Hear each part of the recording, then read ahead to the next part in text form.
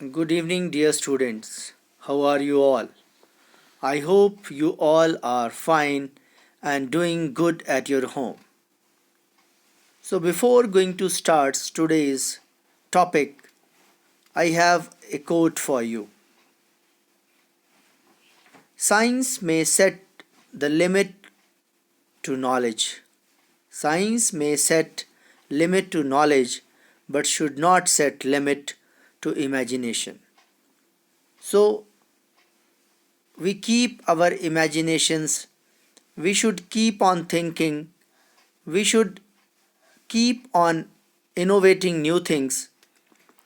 This is the way today we are celebrating the National Science Day, and on this special day on 1928, Indian physicist Chandrasekhar Venkata Raman make a very important discovery in the field of spectroscopy. And after his name, this effect was named as Raman effect. For this wonderful achievement, he has got the Nobel Prize in 1930. So that is why we are celebrating this 28th February as National Science Day. And this year we are celebrating the theme that is integrated approach in science and technology for sustainable future. So science is the basic thing which is definitely required for sustainable future. So without wasting the time, let us start the today's topic. We will discuss class 7th chapter 12 reproduction in plant. So this is a very simple diagram you can see here. When I am talking about reproduction in plant, so flowers are the reproductive parts of a plant, and the production of new individuals of the same kind is called reproduction. Reproduction is very important process. Although it is not important for the survival of the organism, but it is important for the survival of the species on this planet Earth. If an organism is not reproducing for a longer period of time, then definitely that particular species may become extinct in the near future. So what is the importance of this reproduction?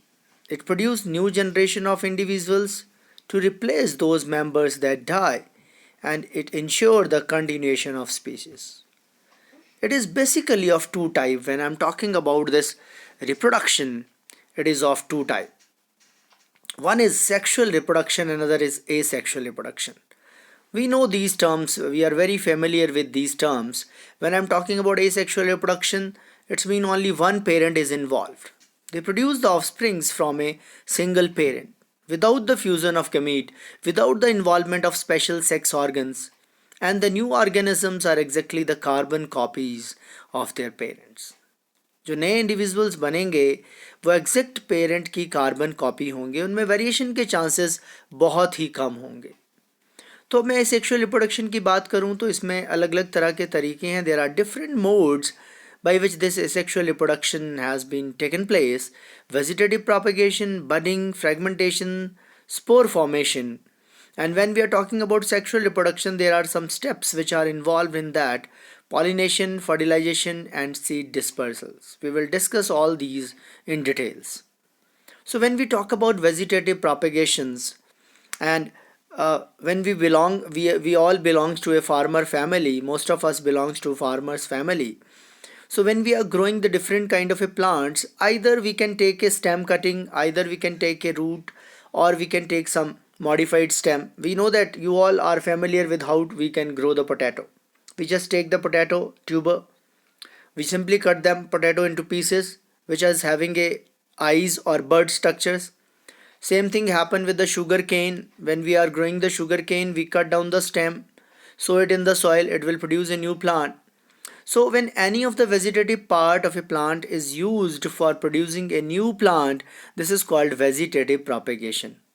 तो आपने याद रखना है vegetative parts में भी root, stems और leaf.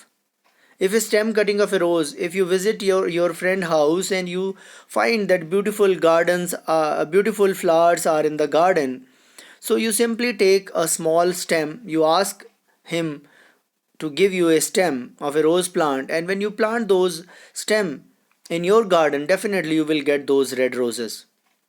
This is how vegetative propagation works. Similarly, in ginger, there is a one special plant which is called Bryophyllum. You might have seen this plant. The buds are there on the leaves, and these buds will detach from the parent, fall on the ground, and gradually develop into a new plant. Budding in yeast.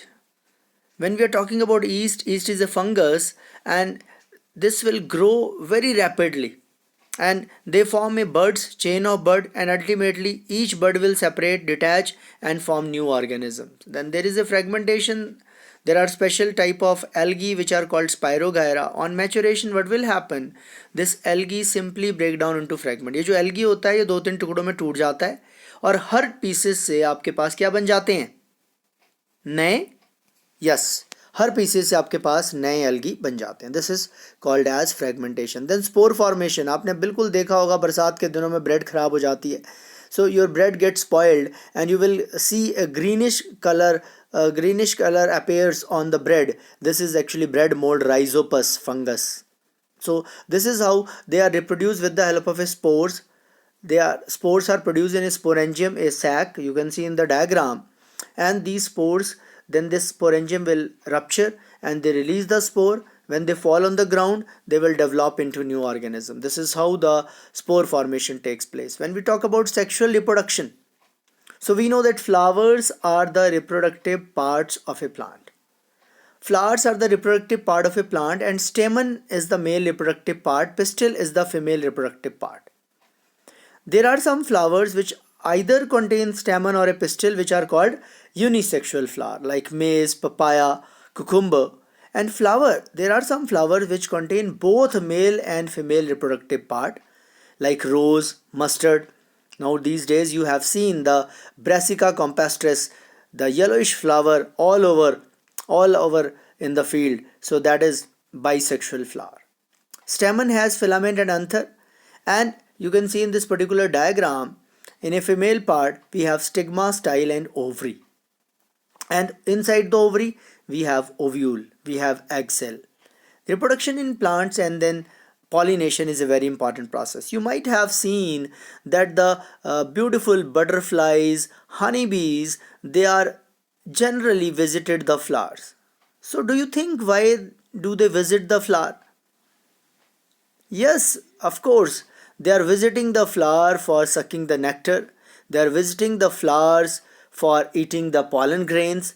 But unknowingly, they are doing a wonderful job, that is pollination. They are transferring the pollen grains from one flower to the another flower. Then, do you think why the flowers are visiting again and again to these flowers?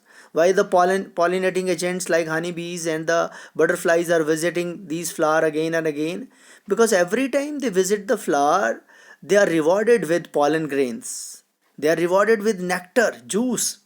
So that's why they are again and again visiting the flowers. So the transfer of the pollen grain from anther to the stigma of a flower is called pollination. Sometimes it happens in the same flower. Then it is called self-pollination. And sometimes that these pollens are transferred from one flower to another flower of different plant. Then this is called cross-pollination. And in cross-pollination we require some agent like air, like water, like animals, even human beings, birds, honeybees. Then fertilization. This is the fusion of male and female gamete.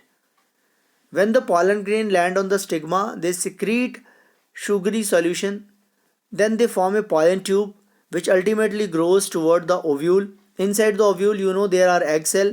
There is a fusion of male and female cell that form zygote, and this process is called fertilization. After fertilization, zygote develop into embryo, and ovary will develop into fruit, and ovule will develop into seeds.